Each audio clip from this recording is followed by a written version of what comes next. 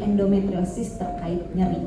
Mana yang akan kita pilih? Apakah kita akan memberikan terapi medisinalis terlebih dahulu atau kita akan memilih operasi pada pasien? Ya.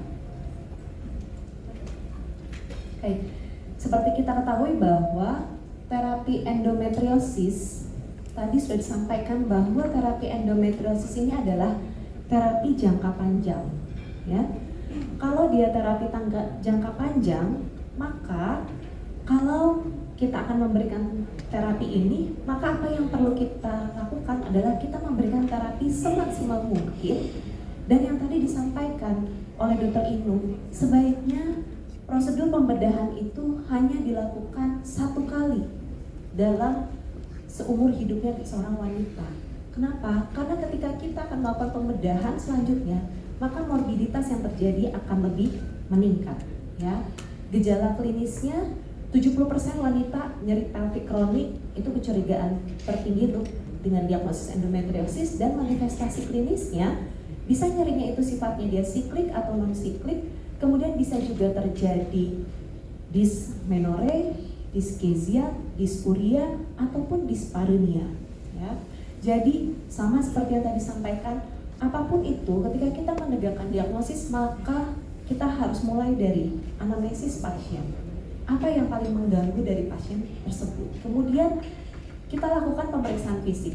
Jangan pernah lupakan step by step pemeriksaan fisik kita, dari mulai kita harus melakukan pemeriksaan luar, kita melakukan inspekulog. Jangan-jangan tidak terlihat lesi endometriosis yang misal ada di fornix posterior ataupun di cervix ataupun di vagina. Kemudian juga setelah itu kita melakukan pemeriksaan darah. Sebenarnya di situ kita sudah bisa menilai ada apa saja sih kira-kira komorbid pada pasien ini. Oke, kita melihat bahwa ternyata kehidupan endometriosis pada seorang wanita ini sudah terpapar sejak in utero. Jadi in utero mereka sudah memiliki endometrium yang patologik, yang nantinya endometrium yang patologik ini dia akan berkembang di masa remajanya, baik itu tadi ya dengan dia menstruasi retrograd, kemudian adanya fluktuasi hormonal, dan nantinya dia akan terus berlanjut sampai dia dewasa, bahkan hingga wanita tersebut memasuki masa menopause. Inilah alasannya mengapa terapi endometriosis ini merupakan suatu terapi yang sifatnya jangka panjang, karena dia adalah suatu kelompok penyakit kronis. Ya, di sini baik itu terjadi proses inflamasinya, angiogenesisnya, neurogenesis, fibrogenesis, dan juga ada pengaruh genetik, epigenetik, dan juga faktor-faktor imunologi lainnya. Oke, kalau kita lihat, mohon maaf, sepertinya slide-nya bukan yang ini dok. Ada yang sudah saya perbarui, karena tadi ada yang bertanya tentang endometriosis remaja, jadi sudah saya tambahkan. Oke, jadi kalau kita lihat bahwa nyeri ini dia bisa kita lihat bahwa nyeri itu sebenarnya adalah pengalaman sensorik yang tidak menyenangkan dari seorang wanita, dan itu biasanya berkaitan dengan adanya kerusakan jaringan yang aktual, ya. Seharusnya bagaimana sih? Mungkin kalau kita berdiskusi ya dengan teman-teman anestesi, pasien itu nggak boleh nyeri. Nyeri itu bukan sesuatu yang sifatnya normal. Bahkan tadi disampaikan bahwa pada penderita endometriosis itu bisa terjadi suatu hiperalgesia atau allodynia, ya. Yang mungkin kalau kita menilai bahwa jangan pernah juga menyepelekan apa yang disampaikan oleh pasien, dok nyeri banget, dok sakit sekali dok, sampai saya tidak bisa melakukan aktivitas. Hati-hati ya, karena bagaimanapun yang kita lihat apa dari keluhan subjektif pasien, ya. Apakah ada dok? Oke. Ya. Selanjutnya saya akan membahas mengenai tata laksana endometriosis terkait dengan endometriosis lain, ya. Jadi tadi disampaikan diagnosis endometriosis dulu kita harus melakukan operasi. Dulu kita harus melakukan operasi untuk menegakkan diagnosis secara histopatologi. Diagnosis histopatologi tetap untuk kita tegakkan endometriosis, tetapi akhirnya terdapat time to time manajemennya sangat panjang. Jadi saat ini diagnosis endometriosis kita tegakkan secara non-surgical diagnosis, ya. Dari non-surgical diagnosis, yang selanjutnya ditanya sebenarnya apakah harus milih salah satu gitu ya, baik itu infertility maupun pain-nya? No. Tapi kita tanya sama pasiennya, Bu, kapan ibu akan berencana untuk hamil? Karena di situ sampai pasiennya menunggu tanpa ada gejala-gejala klinis yang lain, kita bisa mencoba memberikan terapi medisinalis terlebih dahulu. Kemudian ketika dia sudah bersedia untuk hamil, maka baru kita bisa melakukan suatu operasi yang sifatnya konservatif, ya, dan bisa juga misal belum hamil kita bisa lanjutkan dengan ART, dan terakhir kita memberikan lagi terapi medisinalis jangka panjang. Ya, kalau skema awal biasanya dulu diagnosis endometriosis, kita operasi, kemudian kita berikan terapi hormonal, setelah terapi hormonal dioperasi karena terjadi rekurensi, baru akhirnya dilakukan ART, sehingga keberhasilan ART-nya pun rendah. Ya, kemudian yang bisa skema yang kedua, bahwa skema kedua ini tanpa kita melakukan prosedur operasi. Misalnya tadi ukuran kistanya tidak terlalu besar, kemudian juga tidak ada suatu distorsi dari anatominya sehingga memudahkan pada saat prosedur ART. Karena yang tadi disampaikan Dr. Gunawan bahwa terkadang memang kita memerlukan, bahkan lebih seringnya kita memerlukan prosedur operasi terlebih dahulu, dengan sebelumnya kita juga melakukan informed consent pada pasien bahwa prosedur operasi ini tetap ada risikonya untuk dampaknya terhadap cadangan induk telur. Yang ketiga, skema yang ketiga yaitu adalah sama, kita lakukan berikan terapi medisinalis terlebih dahulu, lanjut ART, kemudian terapi medisinalis, dan ketika seorang wanita sudah merasa cukup dengan fertility-nya, maka kita lakukan definitive surgery, yaitu kita melakukan hysterektomi totalis dan salping ovarektomi bilateral. Oke, ini algoritma S-ray terbaru mengenai pain, bahwa terapi yang diberikan itu bisa berupa terapi non-hormonal, bisa kita berikan analgesik berupa obat antiinflamasi non-steroid, ataupun terapi hormonal, dan juga terapi operasi, dan itu semua bisa kita kombinasikan. Baik itu kita berikan NSAID, diberikan juga terapi hormonal karena pasiennya mungkin pada saat awal terapi masih merasa nyeri, atau pasca surgery, pasca operasi, dia belum menginginkan fertility-nya, maka apa yang perlu kita lakukan adalah kita lanjutkan terapi hormonalnya untuk tujuan ke belakangnya, yaitu tujuan ke depannya yaitu adalah untuk mencegah terjadinya rekurensi. Lagi-lagi bahwa ini terapi jangka panjang, maka kita perlu bertanya pada pasien, apa sih yang menjadi pilihan pasien? Bagaimana kemampuannya? Apakah terapi ini ditanggung mungkin oleh asuransi kesehatan atau tidak? Dan kita lihat, tetapi lagi-lagi tidak bisa juga kita melakukan terapi seumur hidup dari pasiennya, karena kita harus lihat juga bagaimana, apakah terjadi progresivitas dari penyakitnya, apakah nyerinya membaik atau tidak, kapan kita akan menyebut bahwa terapi medisinalis ini gagal. Ya, jadi kalau kita lihat, maka terapi medisinalis kita bagi non-hormonal dan hormonal. Terapi hormonal sudah disampaikan panjang sekali oleh Dr. Inu, ya. Yang saya sampaikan di sini lebih ke arah bagaimana panduan S-ray terbaru tentang endometriosis. Memang panduan S-ray ini hanya menceritakan apabila kita hanya mendapatkan endometriosis, tetapi apabila kita mendapatkan endometriosis dan adenomiosis itu akan menjadi berbeda, ya. Dan di sini kita bisa nilai bahwa obat antiinflamasi steroid bisa kita berikan sebagai terapi lini pertama, terutama pada remaja, ya, dan dia dapat mengurangi nyeri terkait endometriosis. Di sini kalau mau kita berikan 1-2 hari sebelum periode menstruasi. Kenapa? Nyeri ini berdampak pada kualitas hidup seorang wanita. Kualitas hidup seorang wanita, tidak jarang mereka remaja ini misal tidak masuk sekolah, dia tidak bisa beraktivitas, maka yang kita perlukan adalah kita mengantisipasi dan kita bisa berikan 1-2 hari sebelum menstruasi.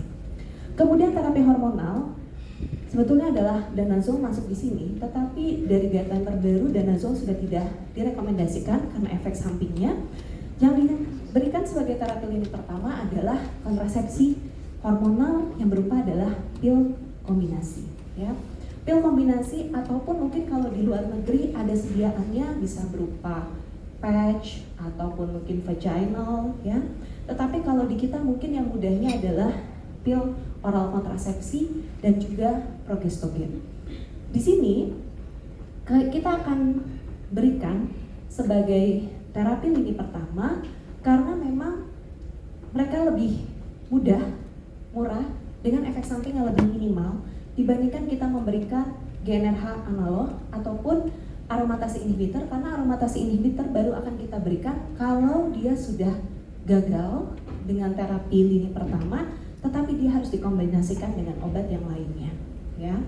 Untuk pil oral kontrasepsi ini, kita tadi yang disarankan adalah kita bisa pertimbangkan untuk dosis kontinu. Dosis kontinu itu berarti kita nilai bahwa kita perpendek dari hari bebas pilnya, ya. Hari bebas pilnya kita perpendek, tetapi pada saat pemberian ini kita harus melihat ada tidak kontraindikasi pasien kita memberikan pil kontrasepsi ini, ya. Jika apa kontrasepsinya diantaranya dari risiko tromboemboli dan membutuhkan compliance yang baik dari pasiennya, karena ketika tidak akan sangat sulit bagi kita, dan kita sampaikan bahwa efektivitasnya baik itu pil oral kontrasepsi maupun Dynogest, Progestin, pil ini dia memiliki efikasi yang sama pada nilai fast score-nya. Jadi seseorang sudah diterapi dia memiliki fast score yang sama, sehingga tidak ada yang dianggap lebih prioritas ataupun yang satu obat lebih baik. Kemudian aromatase inhibitor. Aromatase inhibitor tadi sudah disampaikan oleh Dr. Mila bahwa jaringan endometriosisnya pun dia memproduksi aromatase, ya. Aromatase ini itu yang kita blok, ya. Jadi tadi disampaikan kalau kita mengerti bagaimana patogenesisnya, maka akan mudah ketika kita akan melakukan pendekatan terapi pada pasien, ya.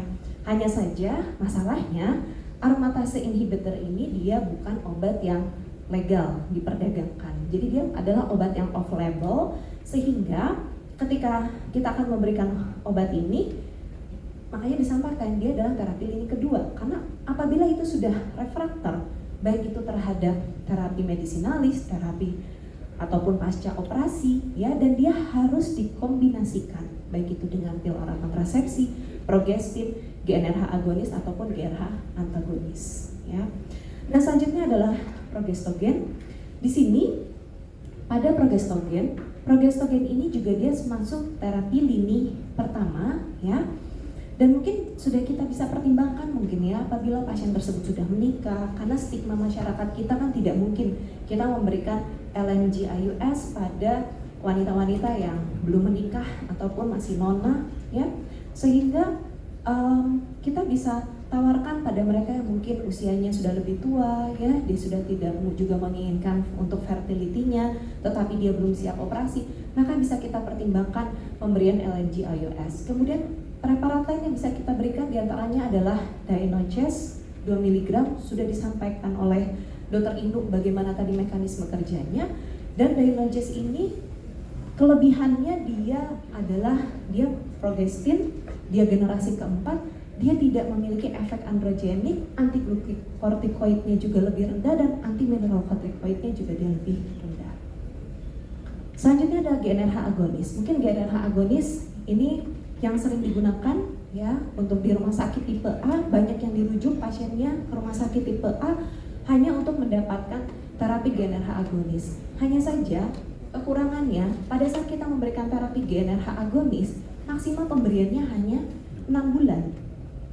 Dan tapi juga kita harus mempertimbangkan ada tidak efek samping ke arah gejala hipoestrogenismenya. Jika ada gejala hipoestrogenisme, apa yang perlu kita berikan? Kita perlu memberikan suatu add-back terapi, ya. Karena bagaimanapun kita melakukan terapi pada pasien endometriosis, kita mau memperbaiki kualitas hidupnya. Jangan sampai kita berikan terapi, tapi dia juga merasakan juga efek sampingnya, bisa seperti merasakan rasa terbakar, ya. Kemudian juga mungkin dia merasakan adanya suatu nyeri-nyeri kaki biasanya karena bone loss-nya, ataupun dia ada atrofi vagina, dia merasa kering ketika berhubungan suami istri. Yang selanjutnya GnRH antagonis. GnRH antagonis tadi sediaannya sebenarnya adalah oral, tetapi memang belum masuk ke Indonesia, tapi dia merupakan terapi lini kedua, ya. Dan dia juga memiliki efek samping yang juga mirip dengan GnRH agonis. Oke. Terapi pembedahan. Terapi pembedahan kita tujuannya sebenarnya satu, mengembalikan struktur anatominya kalau bisa kembali menjadi normal, ya. Dan juga mengangkat seluruh endometriosis yang terlihat, termasuk deep infiltrating endometriosis, dan mencegah terjadinya adesi pasca operasi. Karena tadi berkaitan apa tindak lanjut yang akan kita lakukan pasca tindakan pembedahan tersebut. Prosedur terpilihnya dari guideline pun disampaikan yang terbaik adalah prosedur laparoskopi, karena kita bisa melakukan visualisasi yang lebih baik dengan trauma jaringan dan desikasi yang minimal, kemudian insisinya kecil, dan diharapkan pemulihan pada pasien juga jauh lebih cepat. Tetapi yang disampaikan oleh tadi Dr. Lucky menyampaikan jangan hanya dilakukan ablasi. Memang Esre pun menyampaikan lakukan eksisi pada lesi yang terlihat, ya. Kapan kita akan memilih prosedur operasi? Ketika kita nilai, misal pada pasien ini ukuran masanya yang cukup besar, sehingga pasiennya juga ada bowel problem, kemudian atau mungkin kita bisa melihat pada pasien ini sudah kita berikan terapi medisinalis, tetapi ternyata dia masih merasa nyeri, ya. Maka kita perlu melakukan evaluasi pada pasien. Di sini mungkin ini dari panduan Esre, karena memang kalau dilihat dari dari pembahasannya, karena RCT ataupun systematic review dan meta-analisis yang disampaikan bahwa dikatakan kistektomi itulah yang sebenarnya adalah terpilih untuk mengurangi risiko rekurensi dari endometrioma dan juga dapat menurunkan dari gejala nyeri akibat endometriosis. Tetapi ada yang perlu kita perhatikan, yaitu pada saat kita operasi, pasien ini kemungkinan masih membutuhkan fertilitasnya, maka kita harus mengurangi risiko atau sekecil mungkin merusak dari cadangan ovariumnya. Maka tadi banyak prosedur operasi yang sudah dijelaskan, dan kita harus melakukan pengangkatan dari lesi deep endometriosis. Selanjutnya, apabila kita memilih prosedur histerektomi dan kita mengangkat seluruh kedua ovariumnya, maka pertimbangkan melakukan suatu terapi hormonal karena pasien ini sudah terjadi surgical menopause. Tetapi ada syaratnya, karena syaratnya adalah tidak ada lesi yang tersisa. Tidak ada lesi yang tersisa. Jadi kita bisa berikan terapi HRT kalau sudah kita lakukan complete excision, ya. Dan terapi hormonal ini nantinya mungkin harus dilakukan oleh orang yang cukup berpengalaman, ya. Dan pada remaja, karena tadi ada yang bertanya remaja, ya. Jadi remaja maka diagnosisnya terlebih dahulu, ya. Sebisa mungkin kita tidak melakukan operasi pada remaja, sebisa mungkin. Tetapi kalau ternyata ukuran masanya yang sudah sangat besar, atau mungkin dia terjadi torsi atau menjadi ruptur, maka mau tidak mau kita perlu melakukan operasi. Sehingga ada beberapa pertimbangan yang harus kita pertimbangkan.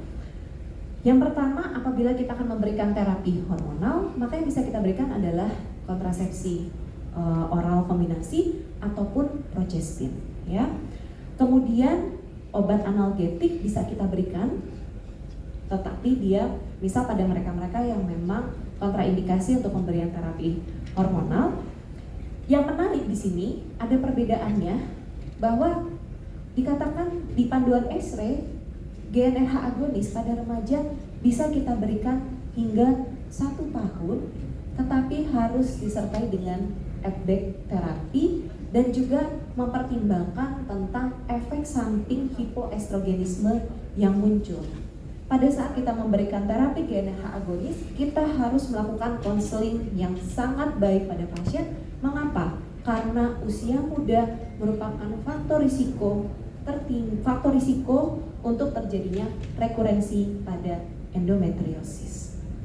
Jadi itu tadi disampaikan bahwa kapan kita akan memilih operasi, kita harus tentukan waktu yang paling baik bagi pasien tersebut pada fase kehidupannya.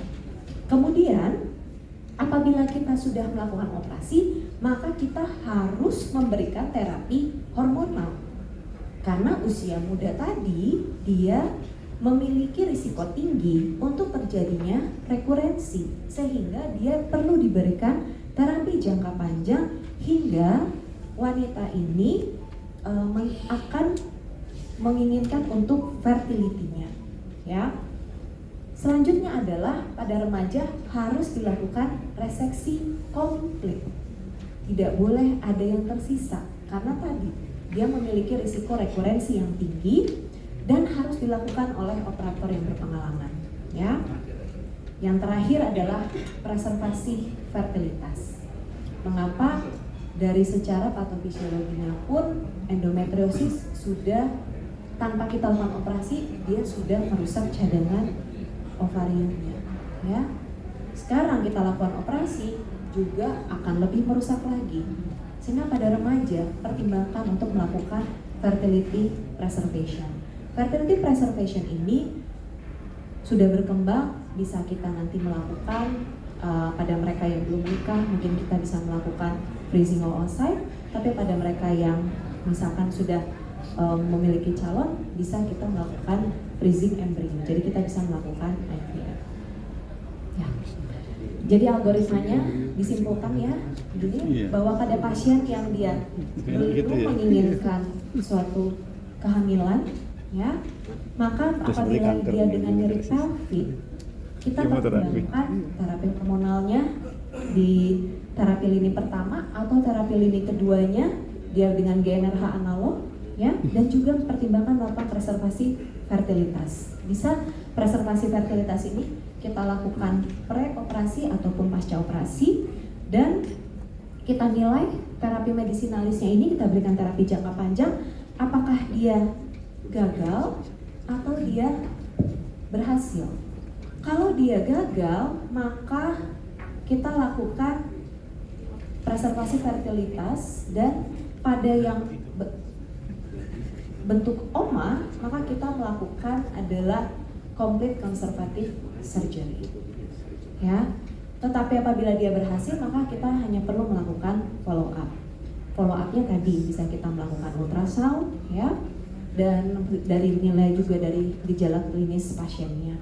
Tetapi kalau misalkan pasien ini dia sudah melakukan pasca operasi ini, maka kita harus juga tetap memberikan terapi hormonal, ya, dan apabila dia sudah terjadi rekurensi, maka kita bisa pertimbangkan terapi medisinalis kembali, dan jika pasien sudah tidak menginginkan fertility-nya, kita lakukan terapi definitif dari endometriosis.